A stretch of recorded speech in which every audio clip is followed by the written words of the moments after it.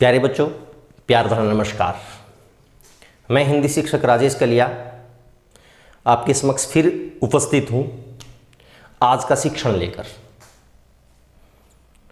प्यारे बच्चों, हमारा टॉपिक चल रहा था विशेषण।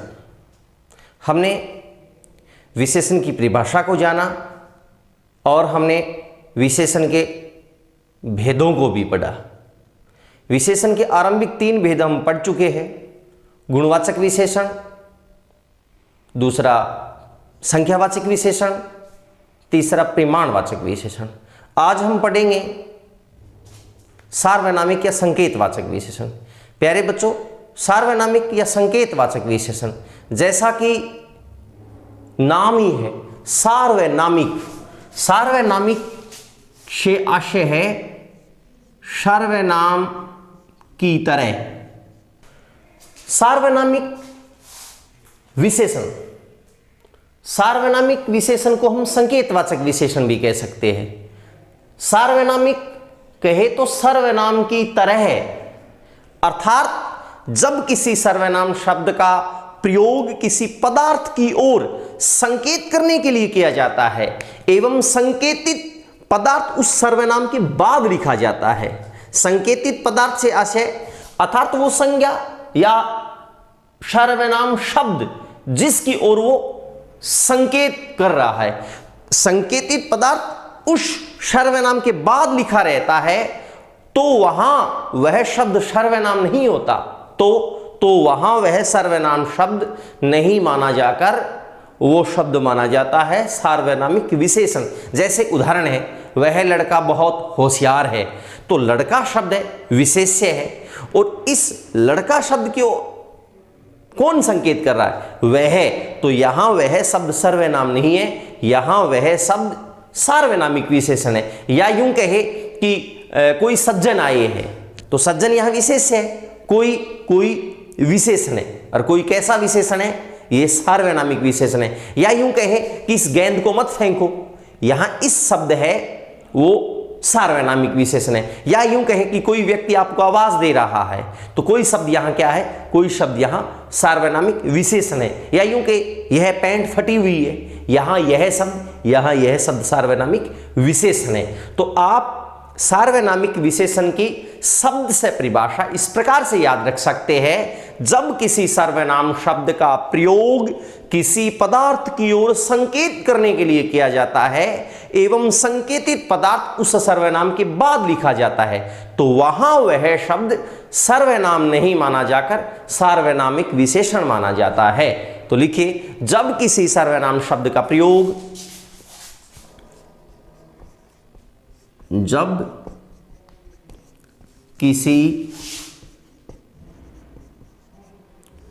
सर्वनाम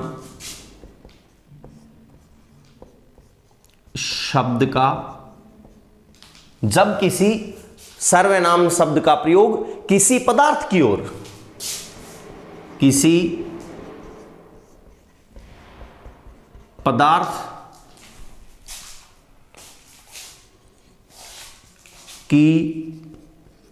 ओर संकेत करने के लिए किया जाता है,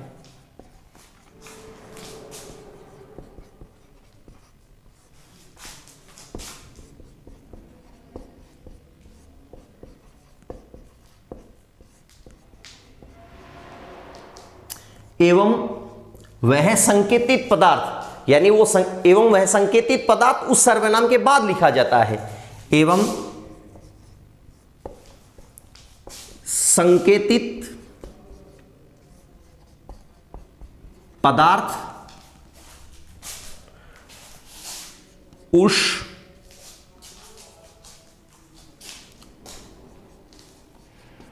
सर्वनाम के बाद लिखा जाता है।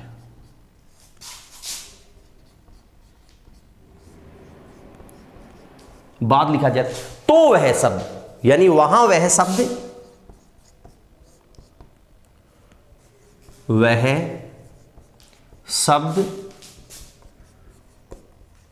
सर्वनाम नहीं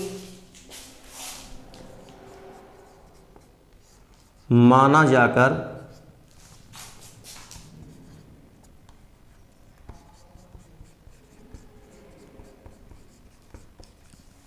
सार्वनामिक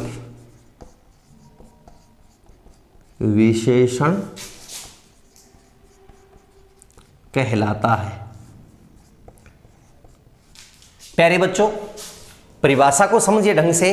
जब किसी सर्वनाम शब्द का प्रयोग किसी पदार्थ की ओर संकेत करने के लिए किया जाता है एवं संकेतित पदार्थ उस सर्वनाम के बाद लिखा जाता है, अर्थात वहां वह शब्द सर्वनाम नहीं माना जाएगा। यह संकेतित, देखिएगा इस संकेतित की थोड़ी सी मैं व्याकरणिक विशेषता बता दूं। संकेत मूल शब्द है, इस संकेत के साथ इक प्रत्यय लगा देंगे, शब्द बनेगा सांकेतिक। जबकि संकेत शब्द के साथ इत प्रत्यय लगा देंगे, इक नहीं जबकि इत, तब शब्द बनेगा संकेतित।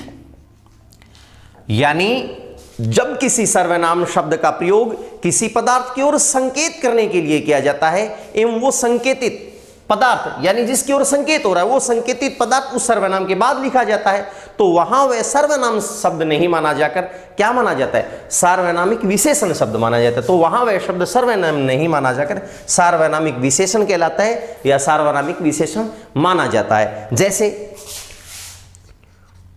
जैसे इस गेंद को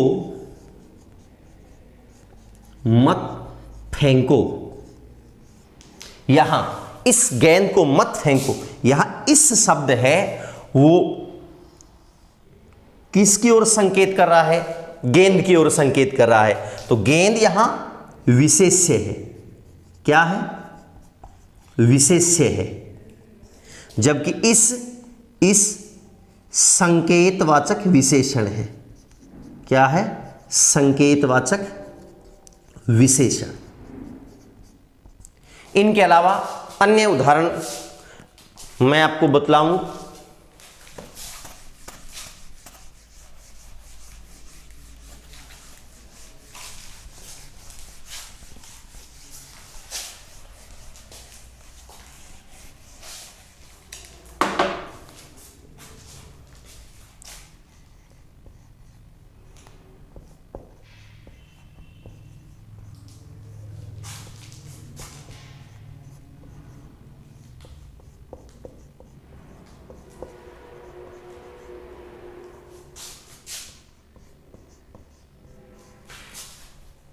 प्रिय विद्यार्थियों, उदाहरण है वह लड़का बहुत होशियार है। यहां वह शब्द क्या है, यहां वह शब्द विशेषण है। लग रहा है कि ये सर्वनाम है, पर सर्वनाम की तरह प्रयुक्त होता है विशेषण। लड़का है बच्चों विशेष्य, समझे होंगे। इसके अलावा और हम उदाहरण दे, जब कोई सज्जन आए हैं, तो यहां कोई शब्द क्या है, यहां कोई शब्द विशेषण है। कौन सा, सार्वनामिक विशेषण। या यूं कहे कि कोई व्यक्ति आपको आवाज दे रहा है, कोई व्यक्ति आपको आवाज दे रहा है।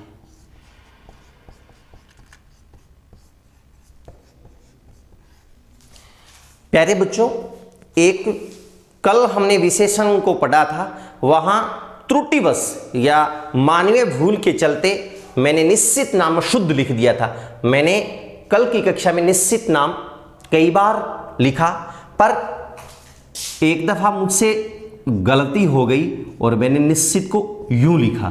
तो आप इस निश्चित को अशुद्ध माने, निश्चित सही शब्द यूं है। ये मानवीय त्रुटियां हो जाती है। आप इस बातों को समझते होंगे। एक बार मैंने भूल से पिछले वीडियो में मिश्रित जो है उनको भी भूलवश गलत लिख दिया था, जल्दीबाजी में इनको मिश्रित ऐसे लिख दिया था, तो खैर मिश्रित शब्द शुद्ध ये है। तो चलो, कोई व्यक्ति आपको आवाज दे रहा है, यहां कोई शब्द क्या है, यहां कोई शब्द विशेषण है। कैसा विशेषण? सार्वनामिक विशेषण। इसके अलावा ये कहे कि यह पैंट फटी हुई है, तब प्यारे बच्चों यह क्या है? यह सार्वनामिक विशेषण है। तो इस प्रकार से हमने विशेषण के 4 भेद पढ़े। आज आगे की हमारी जो कक्षा होगी वो विशेषण है उनके अन्य भेदों को लेकर भी होने वाली है। तो विशेषण के अन्य भेद कौन कौन से होंगे? प्यारे विद्यार्थीगण, विशेषण के 2 अन्य भेद भी होते, व्यक्तिवाचक और दूसरा भिन्नतावाचक। व्यक्तिवाचक है, यह व्यक्तिवाचक संज्ञाओं के साथ प्रयुक्त होता है और किसी स्थान का बोध करवाता है, अतएव इन्हें स्थान बोधक भी कहा जाता है। जबकि भिन्नतावाचक है, इनको विभागवाचक भी कहा जाता है। भिन्नतावाचक का ही दूसरा नाम विभागवाचक है। तो बच्चों, इनको आप समझने का प्रयास करें।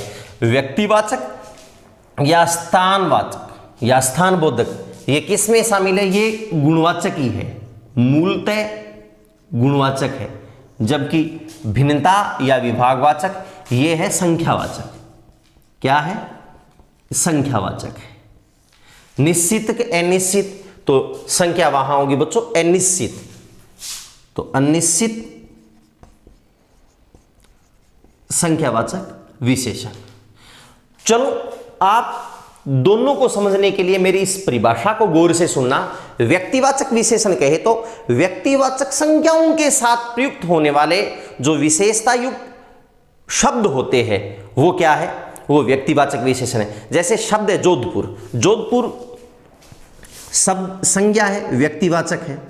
और इस जोधपुर से जोधपुरी साड़ी, तो बच्चों जोधपुरी साड़ी क्या है? जोधपुरी साड़ी जो है वो व्यक्तिवाचक है। कश्मीरी सेब,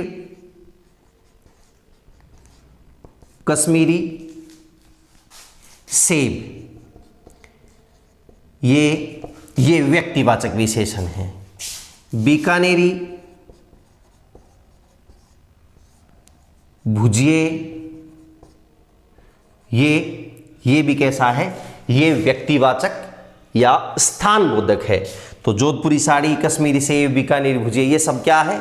ये सब व्यक्तिवाचक विशेषण है। इसके अलावा जैसे बनारसी साड़ी, तो इस प्रकार के शब्द क्या होंगे? व्यक्तिवाचक विशेषण होंगे। इनके अलावा भिन्नता या विभागवाचक, भिन्नता या विभागवाचक को आप यूं समझ सकते हैं, प्रत्येक, हर एक, अनेक, इस शब्दों में भिन्नतावाचक विशेषण माना जाता है। तो कौन कौन से शब्द आए? प्रत्येक, हर एक, अनेक। ऐसे शब्दों में कौन सा? ऐसे शब्दों में विद्यार्थियों भिन्नतावाचक है। जैसे एक उदाहरण है, यहां लिख दूं मैं, देश का प्रत्येक व्यक्ति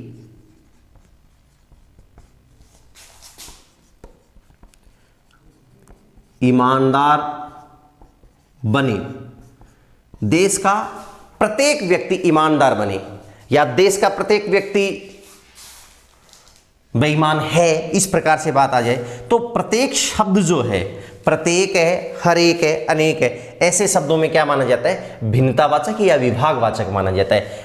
प्रिय विद्यार्थियों, इस प्रकार का जो प्रश्न है वो वस्तुनिष्ठ प्रश्न आता है अन्य किसी जो प्रतियोगी परीक्षा है उसमें। तो व्यक्तिवाचक और दूसरा गुणवाचक दोनों जब विकल्प है तब इसमें बच्चों व्यक्तिवाचक होगा।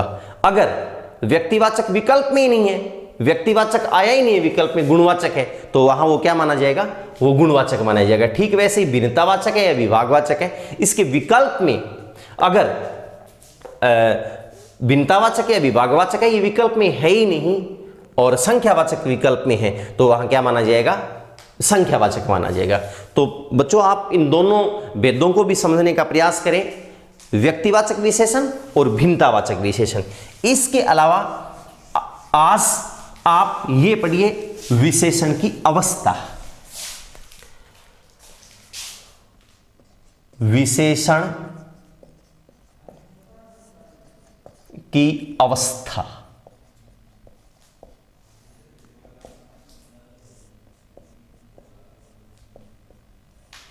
प्यारे बच्चों, विशेषण की 3 अवस्थाएं होती है। कौन कौन सी?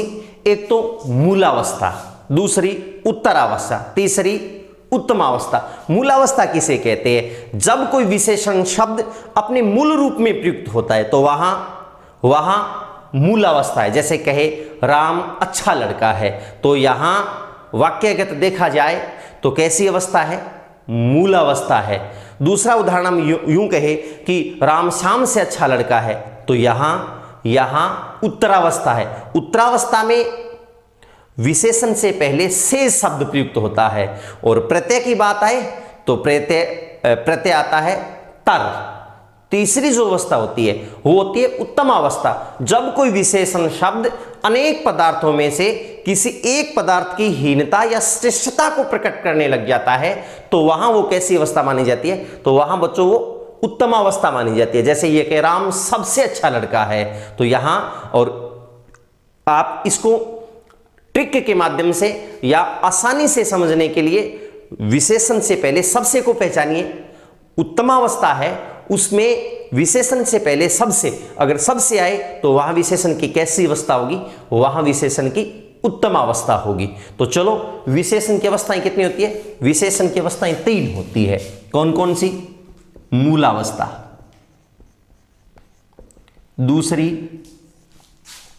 दूसरी है उत्तरावस्था,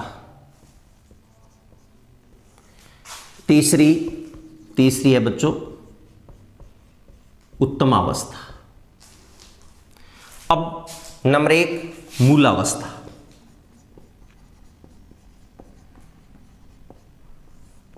मूलावस्था किसे कहेंगे? मूलावस्था से आशय ये समझिए, जब कोई विशेषण शब्द अपने मूल रूप में प्रयुक्त होता है। जब कोई विशेषण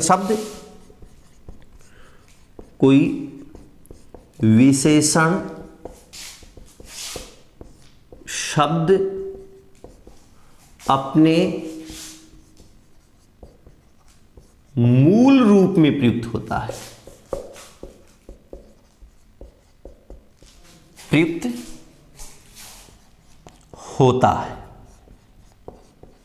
मूल रूप में प्रयुक्त होता है, तो वहां कैसी अवस्था होगी? वहां होगी मूलावस्था।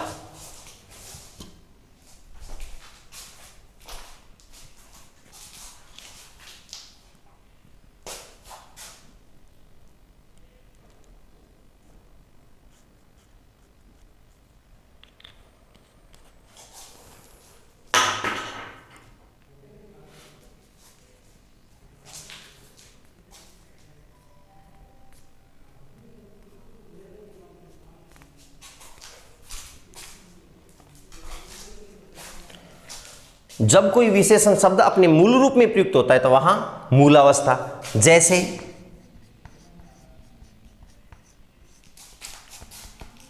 राम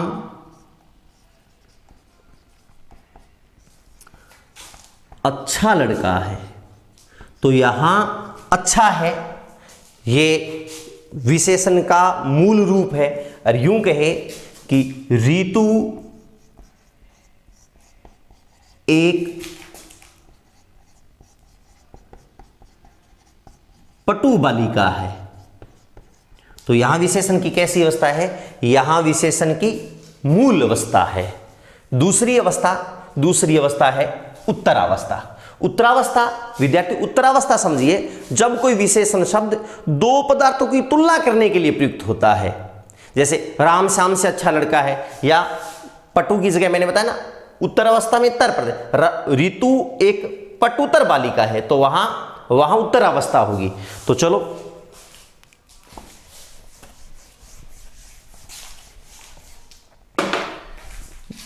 उत्तरावस्था।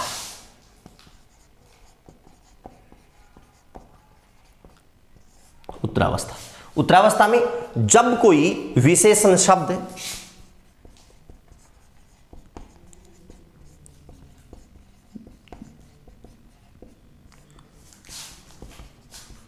दो पदार्थों की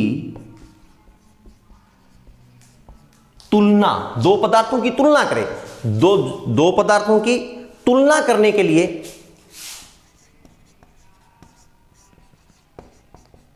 जैसे राम श्याम से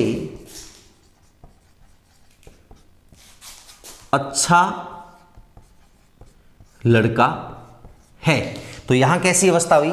यहां उत्तर अवस्था हुई। और मैंने कहा कि उत्तरावस्था में विशेषण से पहले किस शब्द की पहचान कर सकते हो आप? से। जैसे दूसरा उदाहरण मैं दूं, ऋतु एक पटुतर बालिका है। तो यहां कैसी अवस्था है? यहां है बच्चों उत्तरावस्था। उत्तरावस्था की एक विशेष बात और बता दो, उत्तरावस्था में सदैव अपादान कारक माना जाता है। कौन सा कारक माना जाता है? अपादान कारक। तीसरी अवस्था है विद्यार्थियों उत्तमावस्था। उत्तमावस्था, तो उत्तमावस्था किसे कहा जाता है? मैंने कहा जब कोई विशेषण शब्द अपने सबसे हीन रूप को प्रकट कर रहा है, यानी जब कोई विशेषण शब्द अनेक पदार्थों में से किसी एक पदार्थ की श्रेष्ठता या हीनता को प्रकट कर रहा है, तो वहां कैसी अवस्था होती है? वहां उत्तम अवस्था होती है। जब कोई विशेषण शब्द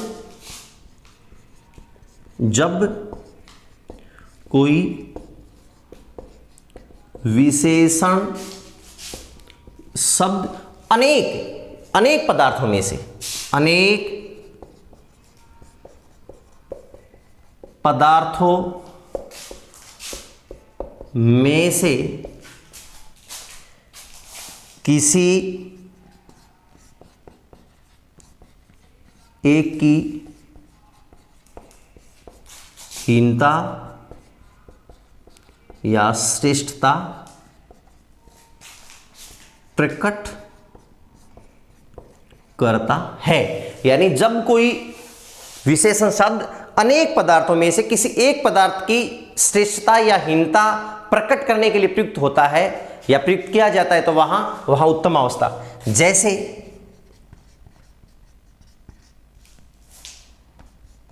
राम सबसे अच्छा लड़का है, या मैंने कहा विशेषण से पहले किसकी पहचान कर सकते हो आप? सबसे। दूसरा उदाहरण मैं दूं तो वही ऋतु एक पटुतम बालिका है। एक बात कारक की याद रखिएगा, जैसे उत्तरावस्था है, उत्तरावस्था में सदैव मैंने बोला कि अपादान कारक है, ठीक वैसे उत्तमावस्था होगी तो वहां या तो अधिकरण कारक होगा या फिर संबंध कारक होगा। चलो, इस प्रकार से विशेषण की कितनी अवस्थाएं होती है? विशेषण की 3 अवस्थाएं होती है। एक विद्यार्थियों में और विशेष बात आपको बता रहा हूं, 3 प्रत्यय जो बता रहा हूं, एक श्रेष्ठ, तम और तरीन। ये प्रत्यय है श्रेष्ठ, तम और तरीन। इस प्रत्ययों से सदैव कौन सी अवस्था बनती है? उत्तम अवस्था। और इन प्रत्ययों के साथ किसी भी प्रकार का प्रत्यय साथ में प्रयुक्त नहीं करना चाहिए। जैसे हम ऐसे नहीं कह सकते कि बेहतरीनतम नहीं होता है। जैसे शब्द है कनिष्ठ, कनिष्ठ को हम कनिष्ठतम कह सकते ना, कनिष्ठ अपने आप में उत्तम है।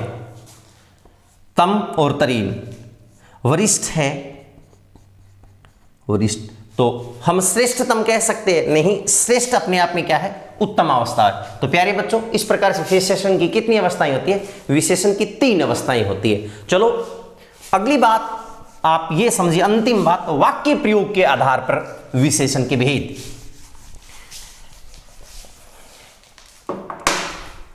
प्रयोग के आधार पर या वाक्य प्रयोग के आधार पर।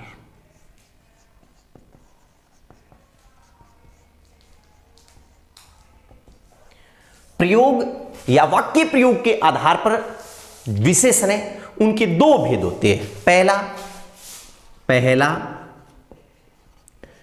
उद्देश्यवाचक, कौन सा? उद्देश्यवाचक। दूसरा है बच्चों विधेयवाचक। तो वाक्य प्रयोग के आधार पर प्रयोग कह दो या फिर इसको क्या कह सकते हैं आप? वाक्य प्रयोग कह सकते हैं। इसके आधार पर विशेषण है उनके कितने भेद होते हैं? 2 भेद होते हैं। एक तो उद्देश्यवाचक विशेषण और दूसरा विधेयवाचक विशेषण। उद्देश्यवाचक विशेषण किसे कहते हैं? उद्देश्यवाचक विशेषण वाक्य में विशेषण शब्द पहले एवं विशेष्य बाद में प्रयुक्त हो तो वहां उद्देश्यवाचक विशेषण है। विधेयवाचक वहां है वाक्य में विशेष्य शब्द पहले एवं विशेषण शब्द बाद में प्रयुक्त हो। चलो उद्देश्यवाचक विशेषण। चलो उद्देश्यवाचक विशेषण वाक्य में विशेषण शब्द पहले एवं विशेष्य बाद में, संक्षेप में लिख रहा हूं। जबकि दूसरा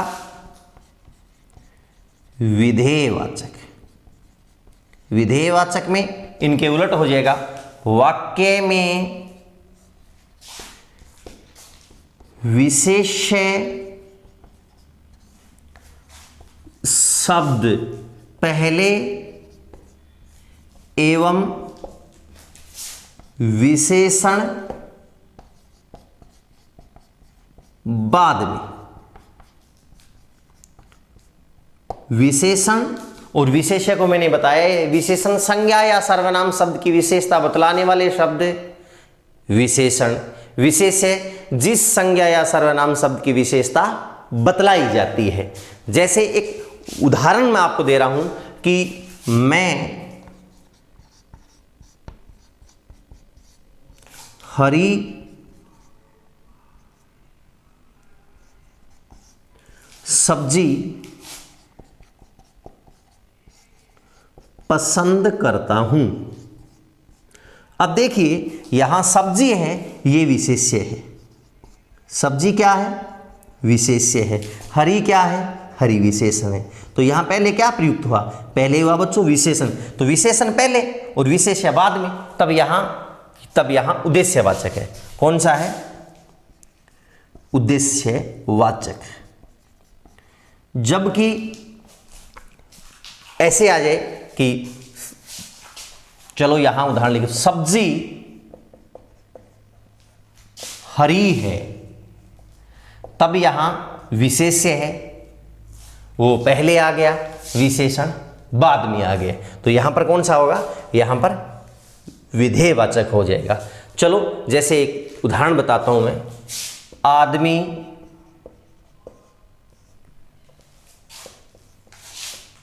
मोटा है, तो यहां आदमी है, विशेष्य है, मोटा है, विशेषण है। तो यहां विशेष्य शब्द पहले प्रयुक्त हुआ एवं विशेषण बाद में, तो यहां पर क्या होगा? विधेयवाचक। तो बच्चों वाक्य प्रयोग के आधार पर विशेषण के कितने भेद होते हैं? वाक्य प्रयोग के आधार पर विशेषण के 2 भेद होते हैं। एक तो उद्देश्यवाचक, दूसरा विधेयवाचक। हाँ, उद्देश्यवाचक है, इन्हें विशेषण भी कहते हैं। चलो अंतिम बात जो विशेषण में ध्यान रखोगे वो है बच्चों प्रविशेषण। क्या ध्यान रखना है? प्रविशेषण। कई बार आपसे यह भी पूछा जा सकता है प्रविशेषण किसे कहते हैं? प्रविशेषण। तो प्रविशेषण की परिभाषा क्या है? प्रविशेषण की परिभाषा ये है, विशेषण की विशेषता बतलाने वाले शब्द प्रविशेषण कहलाते हैं। यानी ऐसे शब्द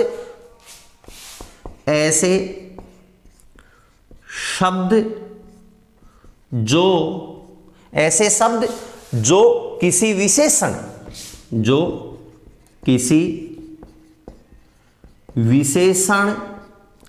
शब्द की भी विशेषता को प्रकट, विशेषण शब्द की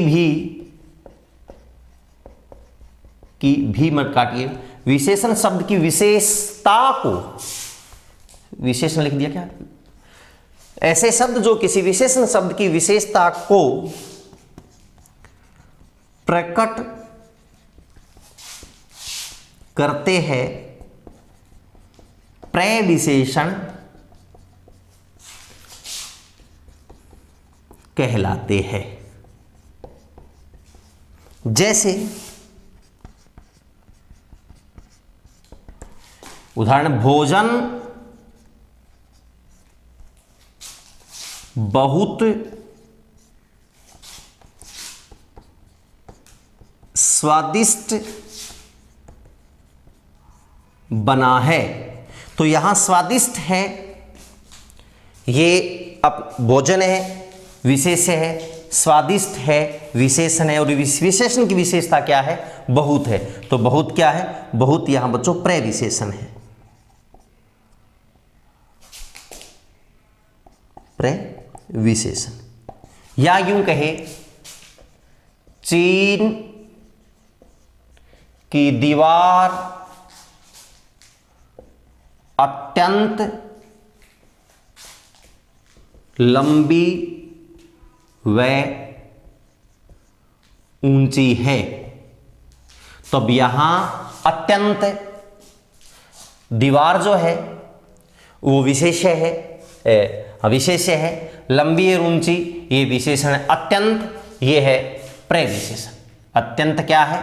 प्रविशेषण, क्योंकि लंबी और ऊंची इसकी भी क्या बताई जा रही है? विशेषता बताई जा रही है। जैसे यूं कहे कि शीला अति विनम्र छात्रा है, तब यहां अति क्या है? अति प्रविशेषण है। तो बच्चों प्रविशेषण किसे कहते हैं? विशेषण की भी विशेषता बतलाने वाले शब्द प्रविशेषण कहलाते हैं। चलो, इस प्रकार से विशेषण के टॉपिक को हमने पढ़ा। विशेषण किसे कहते हैं, विशेषण के कितने भेद है, वाक्य प्रयोग के आधार पर विशेषण के कितने भेद है। सामान्यतः विशेषण के 4 भेद है। कौन कौन से? गुणवाचक, संख्यावाचक, परिमाणवाचक और संकेतवाचक। इसके अलावा 2 अन्य भेद है, व्यक्तिवाचक और भिन्नतावाचक। इनको भी हमने पढ़ा। वाक्य प्रयोग के आधार पर 2 भेद है, एक तो उद्देश्यवाचक और दूसरा विधेयवाचक। इसके अलावा हमने प्रविशेषण को पढ़ा। मुझे आशा है कि आपको विशेषण अच्छी तरह से समझ में आया होगा, और किसी दिन मैं किसी और विषय के शिक्षण को लेकर आपके समक्ष उपस्थित होऊंगा। तब तक के लिए आपको बहुत बहुत नमस्कार।